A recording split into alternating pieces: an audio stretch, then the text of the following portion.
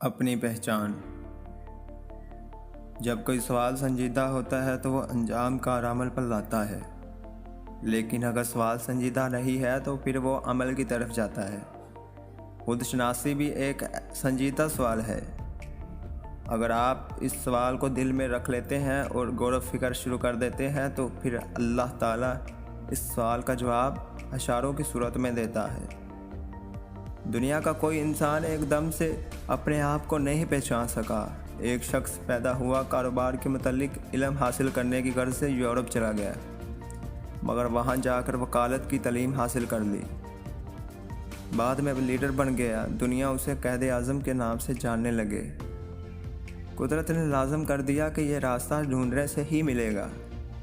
یہ نہیں ہو سکتا کہ آپ بٹن دبائیں اور آپ خود کو پہچان جائیں۔ کوشش لازم ہے۔ اللہ تعالیٰ نے کہا کہ تم چاہو گے تو پھر ملے گا۔ یہ خالق اور مخلوق میں فرق ہے۔ خالق کن کہتا ہے تو ہو جاتا ہے۔ ہم سوچتے ہیں کہ کہتے ہیں کہ کوشش کرتے ہیں پھر ہوتا ہے۔